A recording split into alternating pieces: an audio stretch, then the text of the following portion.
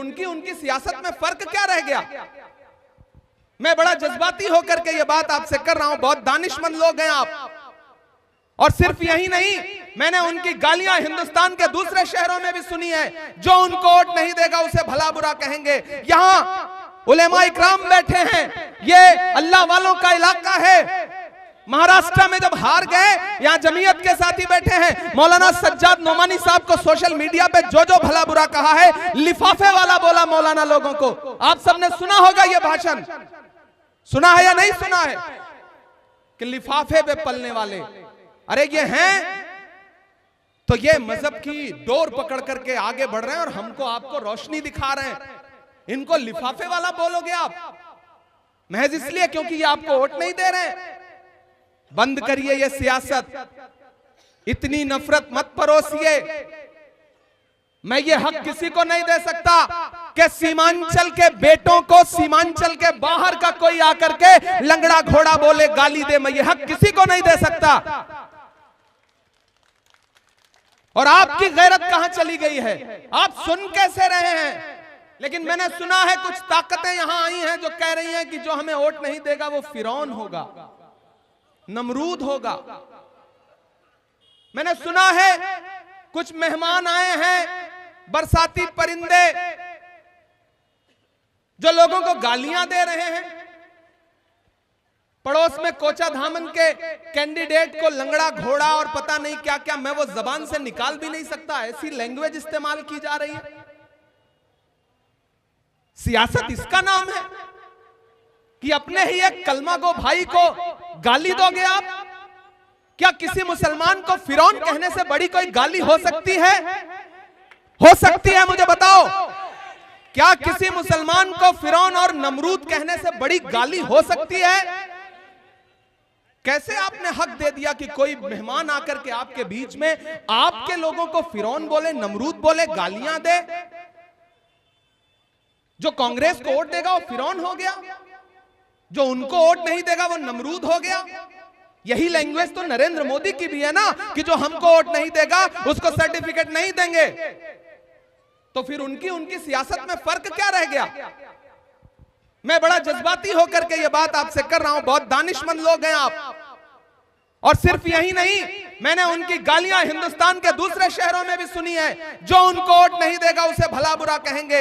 यहां उलेमा इकराम बैठे हैं, ये अल्लाह वालों का इलाका है। महाराष्ट्र में जब हार गए, यहां जमीयत के साथी बैठे हैं। मौलाना सज्जाद नोमानी साहब को सोशल मीडिया पे जो जो भला बुरा कहा है, लिफाफे वाला बोला मौलाना लोगों को। आप सबने सुना होगा ये भाषण, सुना है या नहीं सुना है कि लिफाफे पे पलने वाले, अरे ये हैं तो ये मजहब की डोर पकड़ करके आगे बढ़ रहे हैं और हमको आपको रोशनी दिखा रहे हैं। इनको लिफाफे वाला बोलोगे आप महज इसलिए क्योंकि ये आपको वोट नहीं दे रहे हैं। बंद करिए ये सियासत, इतनी नफरत मत परोसिए। मैं ये हक किसी को नहीं दे सकता कि सीमांचल के बेटों को सीमांचल के बाहर का कोई आकर के लंगड़ा घोड़ा बोले, गाली दे। मैं ये हक किसी को नहीं दे सकता। और आपकी गैरत कहां चली गई है?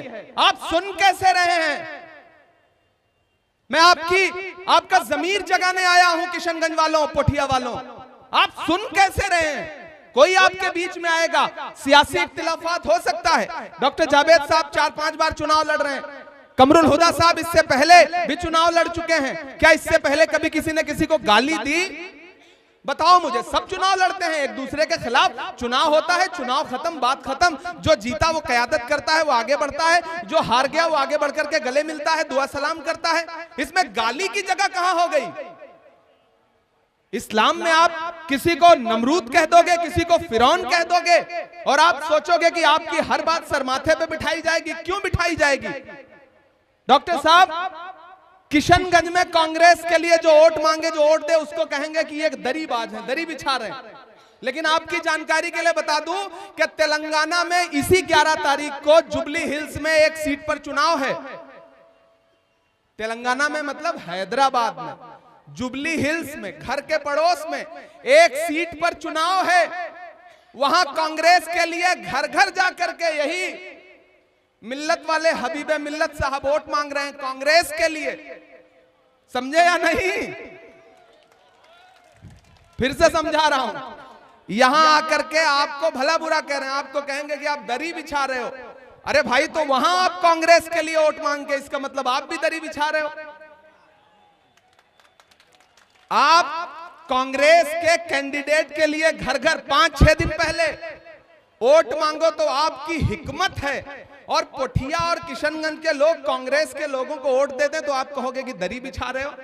भाई, ये तो बड़ी दोगली सियासत है। मैं इस सियासत का हामी नहीं हूं, मैं इस सियासत का हामी नहीं हूं। ये जो आपके बीच में आए और कहें कि कयादत खड़े करने के लिए आए हैं, नहीं साथियों, ये कयादत किसके खिलाफ खड़ी करना चाहते हैं? किसको हरा करके कयादत खड़ी करना चाहते हैं? कमरुल हुदा साहब को हरा के कौन सी कयादत खड़ी होगी? कमरुल हुदा अपने नहीं है, ये ईमान वाले नहीं है। पड़ोस वाली सीट पर प्रोफेसर मुसव्विर ईमान वाले नहीं है, कोचा धामन में ईमान वाले नहीं है, अमौर में जलील मस्तान साहब ईमान वाले नहीं है। भाई को भाई के खिलाफ लड़ा करके आप कहोगे कि कयादत खड़ी कर रहे हैं, और फिर जब कोई बोल देगा तो उसे फेसबुक पर गाली दिलवाओगे आप। यह है आपकी सियासत, नाम अल्लाह रसूल का लेकर के और सोशल मीडिया पे गाली दिलवाओगे आप। मैं नहीं मानता ऐसी सियासत को, मैं इनकार करता हूं। मैं इमरान प्रतापगढ़ी ऐसी सियासत से इनकार करता हूं। मुल्क बहुत बुरे दौर से गुजर रहा है पोठिया वालों, बहुत बुरे दौर से। जब भाजपा खुद नहीं जीत पाती ना, तो वो 100 तरह की तिकड़म करती है। थोड़े वोट कट जाएं, इधर बढ़ जाएं। आपके बीच में आकर के मुझे बताओ, मैं आपसे पूछ रहा हूं, अभी वक्फ का बिल आया था ना, सरकार आपकी जमीनों को पामाल करना चाहती है, छीनना चाहती है। आपके मदारिस, आपकी खानकाहें, आपकी इबादत गाहें बर्बाद करना चाहती है। मुझे बताओ, उस बिल के खिलाफ क्या सिर्फ मुसलमान खड़े थे? देश की पार्लियामेंट में 25 से ज्यादा एमपी मुसलमान नहीं है, लेकिन रात के 2:30 बजे डॉक्टर जावेद साहब गवाह हैं, मैं भी गवाह हूं। रात के 2:30 बजे सोनिया गांधी बीमारी की हालत में देश की राज्यसभा में क्यों बैठी थी? उस बिल के खिलाफ वोट देने के लिए। उस बिल के खिलाफ वोट देने के लिए रात के 2 बजे राहुल गांधी लोकसभा में डॉक्टर जावेद और ईशा खान चौधरी के साथ बैठे थे या नहीं बैठे थे? आप झुठला दोगे सबकी मोहब्बत को? आप झुठला दोगे एकजुटता को? पोठिया वालों, मरहम के लालच में अपनी दुखती रग का पता दुश्मन को देना होशमंदी नहीं है, बेवकूफी है, बेवकूफी है। कोई आपके बीच में आए, सबको चुनाव लड़ने का हक है, चुनाव लड़े लोग, लेकिन किसी को गाली दे करके, फिरौन बता करके, नमरूद बता करके वोट मांगे तो ऐसे लोगों से कह दो कि ये सीमांचल है, ये सीधे साधे लोगों की सरजमीन है, यहां नफरत के लिए कोई जगह नहीं है, ये गाली सुनने के लिए यहां की आवाम नहीं बनी है। आप मुझे बताओ, अगर किसी के वालिद ने कांग्रेस को वोट दिया था तो आप उसको फिरौन कहोगे? अगर यहां मौजूद लोग कांग्रेस को वोट देंगे तो उनको फिरौन कहोगे? मत मानिए इस बात को। और मुझे लगता है ऐसी ही सियासत से बेजार होकर के गुलाम मुक्तदा साहब हैं यहां पर, और हमारे सरपंच साहब हैं। कहां है सरपंच साहब? जाकिर भाई, प्रमुख साहब, और कौन? एक साहब और। ये तीनों लोग आज कांग्रेस पार्टी ज्वाइन कर रहे हैं। ऐसी ही सियासत से बेजार होकर के कमरुल भाई माला पहनाइए, खैर मकदम करिए, स्वागत करिए, पहनाइए माला पहनाइए। भाइयों, साथियों, हम सायादार पेड़ जमाने के काम आए, हम सायादार पेड़ जमाने के काम आए, और सूखने लगे तो जलाने के काम आए। कच्चा समझ के बेच न देना मकान को, शायद कभी ये सर को छुपाने के काम आए। इस सियासत के चक्कर में मत उलझिए। ये जो बरसाती परिंदे आए हैं उड़ के चले जाएंगे।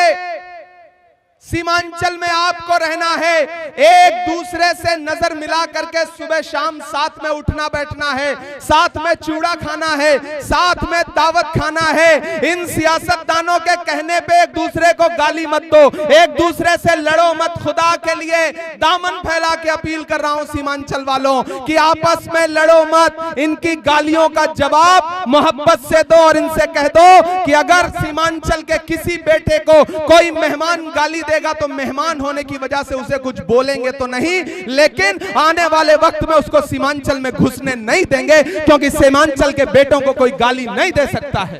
ये आपको कहना पड़ेगा। कोई आपको फिरौन बोले ये बर्दाश्त नहीं किया जाएगा। और कमरुल भाई, आप चुनाव जीत रहे हैं, कितना भी साजिश कर लें भाजपा को जिताने के लिए, आपको नहीं हरा पाएंगे ये लोग। मैं जानता हूं डॉक्टर जावेद साहब आपके साथ खड़े हैं, ईशा खान चौधरी साहब आपके साथ खड़े हैं, रफीक भाई खड़े हैं और पूरा महागठबंधन परिवार आपके साथ खड़ा है। मेरे भाई, जब लड़ाई बड़ी हो तो छोटी छोटी चीजें नजरअंदाज की जाती हैं। कितनी बड़ी लड़ाई है, कभी सोचा है? कभी सोचा है? हमसे पूछो, हम उत्तर प्रदेश से आए हैं, हमारे घरों पे चलते हुए बुलडोजर देखो तब समझ में आए कि हालात क्या हैं। असम में लोगों के घरों पे चलते हुए बुलडोजर देखो तब समझ में आएंगे कि हालात क्या है। मैंने पिछले चुनाव में भी कहा था कि 1 विधायक 2 विधायक 3 विधायक से काम नहीं चलेगा। हुकूमत कैसे बदलेगी इसके लिए कोशिश करो। तो हुकूमत कैसे बदलेगी? जब कमरुल हुदा साहब को एमएलए बना करके असेंबली पहुंचाओगे तब हुकूमत बदलेगी।